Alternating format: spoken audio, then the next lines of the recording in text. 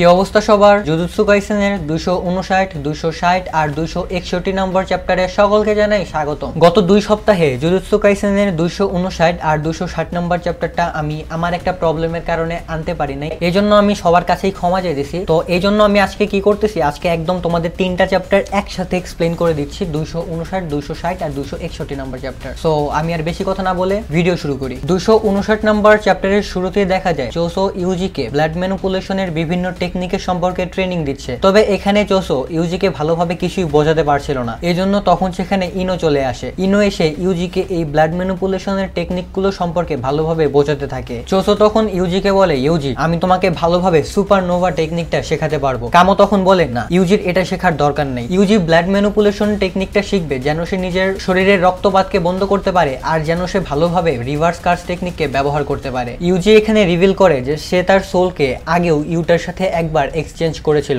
এখন ফাইটের মধ্যে সুকুনা এটা রিভিল করে যে যেহেতু তার কার্স এনার্জি কম ছিল, তাই তার স্ল্যাশ অ্যাটাক গুলোর পাওয়ার অনেক বেশি কম ছিল, এই কারণে সে তার ফায়ার পাওয়ারটা ব্যবহার করা শুরু করে। তবে যেহেতু তার ফায়ার পাওয়ারের ইফেক্টও অনেক বেশি কম ছিল, এই কারণে সুকুনা একটা বাইন্ডিং বো বানিয়েছিল। ন্যারেটর তখন এক্সপ্লেইন করে এই কামিনো হিট অনেক বেশি পাওয়ারফুল আর উচ্চচাপ সম্পন্ন একটা আক্রমণ। এটার একটা হিটের কারণে সেই সম্পূর্ণ এরিয়াটাই ধ্বংস হয়ে যেতে পারে। আর সুকুনা এই অ্যাটাকটার সাহায্যেই মাহোরাগাকে মাত্র একটা স্ট্রাইক করেই হারিয়ে দিয়েছিল। এটা সুকুনার আলটিমেট স্ট্রাইক গুলোর মধ্যে একটা। ন্যারেটর আরো বলতে থাকে, গোজো আর সুকুনার ফাইট চলাকালীন সময়ে যেহেতু সুকুনা অনেক বেশিবার তার ডোমিন এক্সপেনশন করেছিল, এই কারণে সুকুনা তখন চাইলেও এই কামিনো টেকনিকটা ব্যবহার করতে পারছিল না, বা এই কামিনো অ্যাটাকটা ব্যবহার করতে পারছিল না, কারণ এটা কমপ্লিট হওয়ার জন্য অনেক বেশি ফোর্সের দরকার হয়, অনেক বেশি কার্স এনার্জির দরকার হয়, যেটা সেই সময়ে সুকুনার কাছে ছিল না। এরপর দেখা যায় সুকুনার সেই ফায়ার অ্যাটাক বা কামিনো অ্যাটাক যখন ইউজি শরীরে লেগেই যাচ্ছিল, তখনই সেখানে চোজো এসে ইউজিকে বাঁচিয়ে নেয়, নিজেকে স্যাক্রিফাইস করে দিয়ে। মানে এখানে চোসো ইউজিকে বাঁচাইতে যায়, নিজেই মারা যায়। চোসো এখানে রক্তের একটা দেয়াল বানিয়ে দিয়েছিল,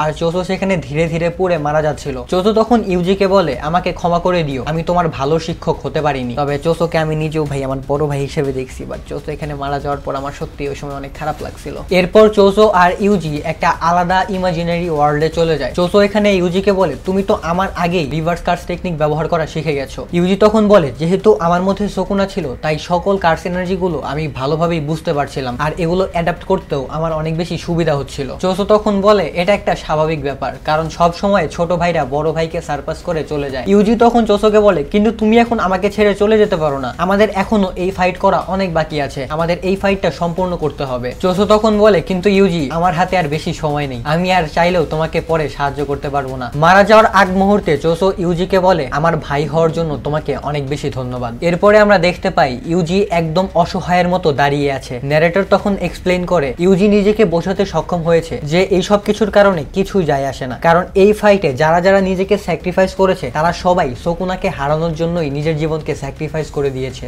ইউজি তখন চিন্তা করে, আমার যাই হয়ে যাক না কেন, যারা যারা আজকে এই ফাইটে বা যারা যারা সুকুনার সাথে ফাইট করার জন্য নিজের জীবনকে স্যাক্রিফাইস করেছে, তাদেরকে রিপে করার জন্য হলেও আমাকে সুকুনাকে হারিয়ে দিতে হবে। এখানে সুকুনা একটা সুযোগ পেয়ে যায়, সে ধীরে ধীরে ইউজির দিকে যেতে থাকে। তবে তখনই মিডলে এন্ট্রি নেয় আমাদের সবার প্রিয় টোডো। টোডো কিন্তু কাইন্ড অফ ইউজির বড় ভাই টাইপের, আর তাছাড়াও বন্ধু টাইপেরও, কারণ টোডো আর ইউজির মেয়েদের টেস্ট সেম, মানে তারা দুজনই একই টাইপের মেয়েদের পছন্দ করে। এখন আমাদের একটা ফ্ল্যাশব্যাক দেখানো হয়, এখানে টোডো আর মেই মিলে একটা প্ল্যান বানাচ্ছিল। তাদের প্ল্যান ছিল মূলত এরকম যে সুকুনার ডোমেনের মধ্যে যারা আটকা পড়ে থাকবে তাদেরকে তারা কিভাবে বের করবে। তারপরে তারা সিদ্ধান্ত নেয় যে মেইমের কাক আর টোডোর বুগি উগি এই দুইটা টেকনিকের সাহায্যে তারা সুকুনার ডোমেনের মধ্যে আটকা পড়ে থাকা সর্সারারদেরকে উদ্ধার করবে বা বের করে নিয়ে আসবে সুকুনার ডোমেনের মধ্যে থেকে। তবে টোডো এখানে শিওর ছিল না যে তার টেলিপোর্টের টেকনিকটা ঠিক মতো কাজ করবে নাকি এত বেশি দূর থেকে। তবে টোডো এখানে বলে, আমরা আমাদের এই প্ল্যান সম্পর্কে কোনোভাবেই ইউজি ইটাডোরিকে কিছুই বলবো না, কারণ ইউজির শরীরের মধ্যে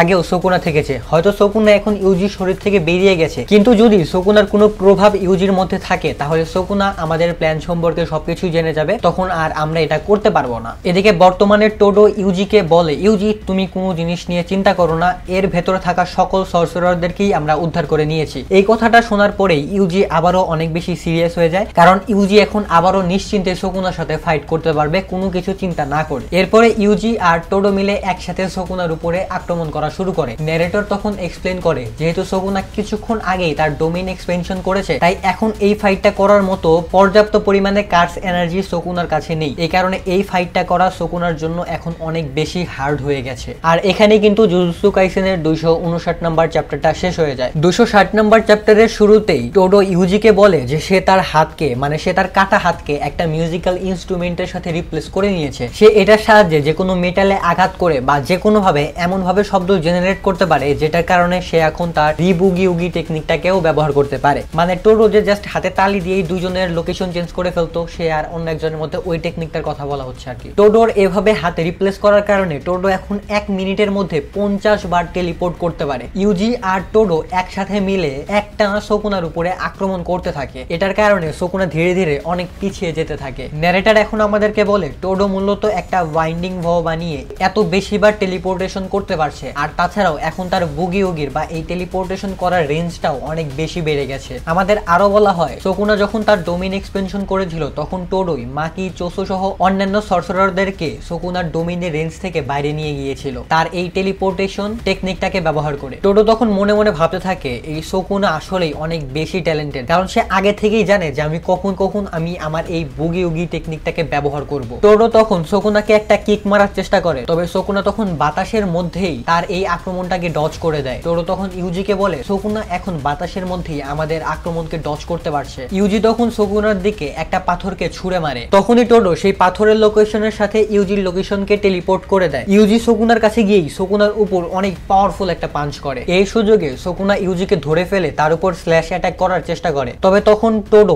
বারবার নিজের সাথে ইউজির লোকেশনকে ট্রান্সফর্ম করতে থাকে, বারবার টেলিপোর্ট করতে থাকে। এই কারণে শকুনা অনেক বেশি কনফিউজড হয়ে যায়। এই সময়ে ইউজি বিভিন্ন ডিরেকশন থেকে শকুনার উপরে আক্রমণ করতে থাকে। শকুনা তখন বুঝতে পারে টোডোর এই বুগি উগি টেকনিকটাকে ভালোভাবে বোঝা অনেকটাই ইম্পসিবল, কারণ টোডো এখানে 1 সেকেন্ডে 50 বার নিজের লোকেশনের সাথে ইউজির লোকেশনকে চেঞ্জ করে যাচ্ছে। এই কারণে শকুনা কিছুই বুঝতে পারছে না, সে অনেক বেশি কনফিউজড হয়ে যাচ্ছে। তবে শকুনা এটার কাউন্টার করার জন্য আগে থেকেই একটা পাঞ্চ রেডি রাখে। যখনই টোডো ইউজির সাথে নিজেকে সোয়াপ করে এবং আবারও ইউজিকে শকুনার সামনে পাঠিয়ে দেয়, তখনই শকুনা ইউজির উপর অনেক পাওয়ারফুল একটা পাঞ্চ করে। শকুনা তখন নোটিস করে সেখানকার আশেপাশ দিয়ে মেইমের কাকগুলো উড়ছিল। শকুনা তখন ভাবে টোডো হয়তো সেখানে থাকা বিভিন্ন অবজেক্টের সাথে মেইমের কাকগুলোকে সোয়াপ করে দিয়েছে, যেন ইউজি শকুনার একটা ব্লাইন্ড স্পট খুঁজে পায় এবং তার উপরে আক্রমণ করতে পারে। হঠাৎ করেই শকুনা বুঝতে পারে যে টোডো তাকে বোকা বানিয়েছে। ইউজির সাথে এবার সেটা লোকেশন সোয়াপ করেইনি। ইউজি যখনই শকুনার ব্লাইন্ড স্পটে পৌঁছে যায় তখনই ইউজি শকুনার উপর অনেক পাওয়ারফুল একটা ব্ল্যাক ফ্ল্যাশ অ্যাটাক করে। এরপরে ইউজি শকুনার বুকে আক্রমণ করে তার বুককে একদম ছিঁড়ে ফেলছিল তার হাত দিয়ে, হাতের নখ দিয়ে। এখানে শকুনার অবস্থা অনেক বেশি খারাপ হয়ে যাচ্ছিল। এখন শকুনার আর কিছুই করা ছিল না। এ কারণে সে বাধ্য হয়ে এখন ডোমেইন এক্সপেনশন করার চেষ্টা করে। সে যখন ডোমেইন এক্সপেনশন করার জন্য রেডি হয় তখনই সে আশেপাশে একটা মানুষের ছায়া দেখতে পায়। শকুনা যখন মনোযোগ দিয়ে সেই ছায়াটাকে দেখে তখন সে বুঝতে পারে এটা হলো গোজো। ন্যারেটর তখন এক্সপ্লেইন করে শকুনা এখন যাকে দেখেছে এটা হলো সবচেয়ে স্ট্রংগেস্ট ঘোস্ট, যাকে শকুনা নিজের হাতে মেরে ফেলেছিল। আর এখানেই কিন্তু এই 260 নাম্বার চ্যাপ্টারটা শেষ হয়ে যায়। এটা নিয়েই কিন্তু অনেক বেশি হাইপ হয়েছিল যে গোজো ব্যাক করতেছে নাকি, গোজো ব্যাক করতেছে নাকি, এই ছায়াটা কি অ্যাকচুয়ালি গোজোর নাকি, গোজো এসে কি শকুনার সাথে ফাইট করবে। যাই হোক, এটার প্রশ্নটা আমরা এখনই দেখতে পারবো, কারণ এখনই আমরা 261 নাম্বার চ্যাপ্টারটা এক্সপ্লেইন করব। তবে 261 নাম্বার চ্যাপ্টারটা শুরু করার আগে একটা কথা বলে রাখি, 260 নাম্বার চ্যাপ্টারটা দেখার পরেই আমি মোটামুটি নিশ্চিত ছিলাম যে এটা অ্যাকচুয়াল গোজো না। কিসের জন্য আমি নিশ্চিত ছিলাম, কারণ যদি অ্যাকচুয়ালি গোজো ব্যাক আসে তাহলে তো ভাই জুজুৎসু কাইসেনের ফুল মজাটাই নষ্ট হয়ে যাবে। মানে আমরা ধীরে ধীরে ইউজিকে যে এত বেশি ডেভেলপ হইতে দেখলাম, তাহলে ইউজির তো কোনো ভ্যালুই থাকবে না। গোজো আসবে, শকুনাকে হারাই দিবে, জুজুৎসু কাইসেন শেষ। ব্যাপারটা এরকম হয়ে যাবে না তখন, বাট এরকম হলে তো কাহিনী নষ্ট হয়ে যাবে। এই জন্য আমি 261 নাম্বার চ্যাপ্টারটা দেখার আগেই শিওর ছিলাম যে এটা গোজো না, বা গোজো যদি এসেও থাকে তাহলে সে শুধুমাত্র ইউজিকে গাইড করার জন্য আসতেছে। সো আমি যে এই কথাটা বলতেছি, এই কথাটা বলা পর্যন্ত কিন্তু আমি 261 নাম্বার চ্যাপ্টারটা দেখি নাই। তো আমি ডাইরেক্ট এখন 261 নাম্বার চ্যাপ্টারে যাই আর দেখি আমি যা চিন্তা করতেছি সেটাই হয় নাকি আমি সবকিছুই ভুল চিন্তা করতেছি। 261 নাম্বার চ্যাপ্টারের শুরুতে দেখা যায় ইউজি ডিসাইড করে যে সে শকুনার হার্টকে একদম কমপ্লিটলি ধ্বংস করে দিবে। এটার কাউন্টার করার জন্য শকুনা তখন ডোমেইন এক্সপেনশন বলে, বাট তখনই সে দূরে গোজো সাতোরুকে দেখতে পায়। গোজোকে দেখে শকুনা বলে এটা তো ইম্পসিবল, তাকে তো আমি নিজের হাতে মেরে ফেলেছিলাম। সেখানে কে আছে এটা ভালোভাবে বোঝার জন্য শকুনা ইউজিকে দূরে সরিয়ে সেদিকে ভালোভাবে তাকায়। তবে সেদিকে ভালোভাবে দেখার পরেই শকুনা বুঝতে পারে যে এটা আসলে গোজো সাতোরু না। শকুনা এখানে গোজোকে দেখতে পায় যে গোজোর মাথায় অনেকগুলো সেলাই করা আছে। এটা দেখে শকুনা তাকে বলে আমি তোমাকে অনেক বেশি আন্ডার এস্টিমেট করেছিলাম, আমি ভাবতেও পারিনি যে তুমি এটাও করতে পারো। শকুনা এখানে গোজো সাতোরুর এই বডিকে ইউটা বলে সম্বোধন করে। তার মানে এখানে বডি এসেছে গোজো সাতোরুর, কিন্তু এই বডির মধ্যে যে সোলটা আছে এই সোলটা হলো ইউটা ওকুৎসু, মানে গোজোর বডির মধ্যে এখানে ইউটা আছে। ইউটা মূলত এখানে কেনজাকুর টেকনিককে কপি করে গোজোর বডির মধ্যে চলে গেছে। মানে আমরা যখন গোজো মারা যায় তখন কিন্তু একটা জিনিস নিয়ে ভয় পাইতেছিলাম যে কেনজাকু যদি এখন গোজোর বডিতে চলে যায় তাহলে কি হবে, কিন্তু কেনজাকু তো এটা করতে পারলো না। বাট ইউজি কেনজাকুর টেকনিকটাকে কপি করে গোজোর বডির মধ্যে চলে গেছে। এরপরে আমরা একটা ফ্ল্যাশব্যাক দেখতে পাই,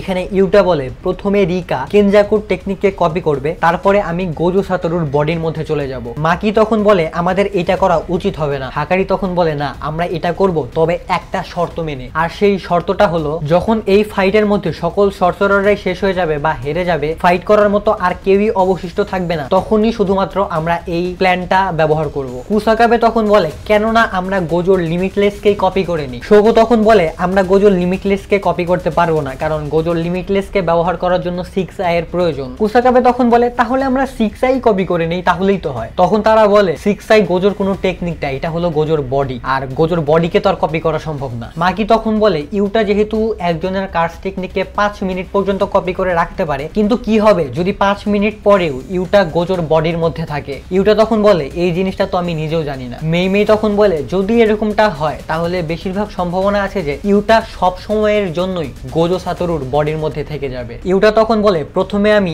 আমার ডোমেইন এক্সপেনশন দিয়ে সুকুনার সাথে ফাইট করার চেষ্টা করব, কিন্তু যদি আমি এটা করতে না পারি বা আমি হেরে যাই তখন আমি গোজোর বডির মধ্যে যাব। কুসাকাবে তখন বলে প্ল্যানটা তো অনেক ভালো, কিন্তু তোমাদের কি মনে হচ্ছে না আমরা গোজো সাতোরুকে অপমান করছি, তার বডিকে খেলনার মতো করে ব্যবহার করার কথা চিন্তা করছি? ইউটা তখন বলে কি বললে অপমান? আমরা জুজুৎসু কাইসেনের ইতিহাসের সবচেয়ে পাওয়ারফুল সর্সারারের সাথে গোজোকে একা ফাইট করার জন্য পাঠিয়েছিলাম, তখন কি তোমার অপমানের কথা মাথায় আসেনি? গোজো একা সুকুনার সাথে তখন ফাইট করেছিল, তখন আমরা কেউই সাহায্য করতে যাইনি। গোজো নিজে সুকুনাকে মারতে চাইতো, আর গোজো সুকুনাকে মারার জন্য যে কোনো কিছু করতেই রাজি ছিল। তাই আমার মনে হয় না যদি আমি গোজোর বডিকে এখন ব্যবহার করি তাহলে গোজো যদি বেঁচে থাকতো তাহলে সে কিছু মাইন্ড করতো। সুকুনা যদি এই ফাইটে জেতার জন্য মনস্টার ফর্মে চলে যেতে পারে তাহলে আমরাও এখন গোজোর বডিকে ব্যবহার করতে পারি। ইউটা আরো বলে সুকুনাকে মেরে ফেলার জন্য আমার যা করার দরকার আমি সেই সবকিছুই করব। এখন আমরা আরো একটা ফ্ল্যাশব্যাক দেখতে পাই, এখানে ইউটা গোজোকে বলে যদি তুমি হেরে যাও তাহলে আমি তোমার বডিকে নিয়ে নিব। গোজো তখন এই কথার কোনো রিয়াকশন দেয় না, সে তখন বলে যখন আমি হারবই না তখন এই কথার কোনো মানেই হয় না, আর যদি আমি বাই চান্স হেরেও যাই তখন আমার বডির সাথে কি করা হচ্ছে এটা নিয়ে আমার কিছু যায় আসে না। এরপরে গোজো সবাইকে বলে তোমরা ভেতরে চলে যাও, আমি চাই না তোমরা মানে আমার স্টুডেন্টরা এত রক্তাক্ত একটা ফাইট দেখুক। গোজো আরো বলে যদি আমি হেরে যাই বা মারা যাই তাহলে যেন এই বুড়ো লোকটা এখান থেকে চলে যায়, কারণ আমি চাই না আমি মারা যাওয়ার পর জুজুৎসু কাইসেনের হেডকোয়ার্টারে কোনো ঝামেলা হোক, তখন সে এই হেডকোয়ার্টারের মালিকও থাকবে না। এখানে সম্ভবত গাকুগানজির কথা বলা হচ্ছে, কারণ তোমরা তো জানোই যে ও কিরকম। ইউটা তখন বলে কিন্তু আমরা এই জিনিসটাকে রিফিউজ করতেছি, কারণ আমরা চাই না যে সুকুনাকে মারার জন্য তুমি নিজেই সুকুনা হয়ে যাও। মানে ইউটা এখানে বোঝালো যে গোজো নিজেই যেন কোনো মনস্টার না হয়ে যায় আর কি। এখন আমরা ইউটার বন্ধু আমাইকে দেখতে পাই, যাকে শোকো তার নিজের মেডিকেল টিমে নিয়ে এসেছে। এরপরে আমরা অন্য একটা সিনে দেখতে পাই ইউটার অবস্থা অনেক বেশি খারাপ হয়ে গেছে, মানে তার বডির উপর অনেক বেশি সুকুনার স্ল্যাশ পড়েছে, এ কারণে তার পুরো বডি রক্ত দিয়ে মেখে গেছে। আমাই তখন তার কার্স টেকনিক ব্যবহার করে যেন ইউটার শরীর থেকে আর বেশি রক্ত বের না হয়। ইউটা তখন বলে আমি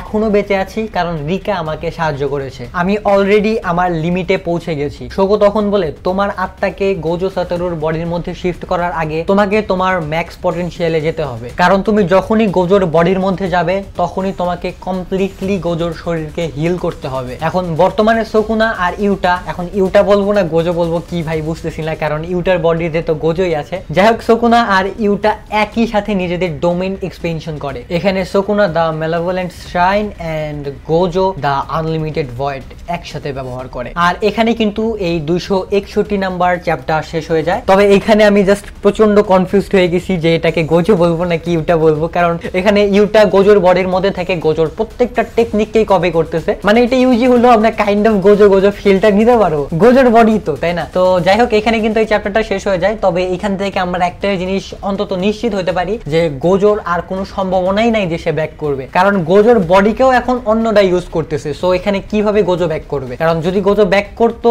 তাহলে গোজোর আত্মাটাকে তো আশেপাশেই থাকতে হতো, তার বডির মধ্যেই থাকতে হতো। হ্যাঁ, বা এরকম তো কিছুই নাই যে গোজোর আত্মাই আকাশে চলে গেছে আর গোজোর বডির মধ্যে এখন ইউটা বা ধীরে ধীরে অন্যান্য কে আসবে আল্লাহ জানে। সো বুঝতেইছো যে গোজো অ্যাকচুয়ালি আর ব্যাক করতে পারবে না। এই সিরিজটাকে এখন আমাদের গোজো ছাড়াই কমপ্লিট করতে হবে। সো তারপরেও এই সিরিজটা কিন্তু ধীরে ধীরে এখন আরো ইন্টারেস্টিং হয়ে যাইতেছে। যদি এখানে অ্যাকচুয়ালি গোজো ব্যাক করতো তাহলে কিন্তু প্রবলেম হতো। আমি এই 261 নাম্বার চ্যাপ্টারটা শুরু করার আগেই বলছিলাম যে গোজো অ্যাকচুয়ালি যদি ব্যাক করে তাহলে কি কি সমস্যা হবে, যে গোজো যদি সরাসরি শকুনের সাথে ফাইট করে কি কি প্রবলেম হবে। এখানে হয়তো গোজোর বডি ফাইট করতেছে, বাট এটা কিন্তু অ্যাকচুয়ালি গোজো না, গোজোর বডি থেকে ইউটা ফাইট করতেছে। বাট টেকনিকগুলো কিন্তু আমরা গোজোর টেকনিকটাই দেখতে পারবো, যেমন গোজোর ডোমিন ডে দেখতে পেলাম যে দা আনলিমিটেড ভয়েড, বা গোজোর বিভিন্ন, হয়তো এখানে গোজোর লিমিট না, গোজোর লিমিটলেস আমরা পারবো না হয়তো বা দেখতে, কারণ ইউটা এখানে গোজোর একটা বা দুইটা টেকনিক মেবি কপি করছে। তো বাকি কি কি হয় এটা তো আমরা সামনের এপিসোডে জানতে পারবো, সামনের চ্যাপ্টারে জানতে পারবো। তো আমি এখন এখানেই বিদায় নিচ্ছি। ভালো থাকো, সুস্থ থাকো, আল্লাহ হাফেজ।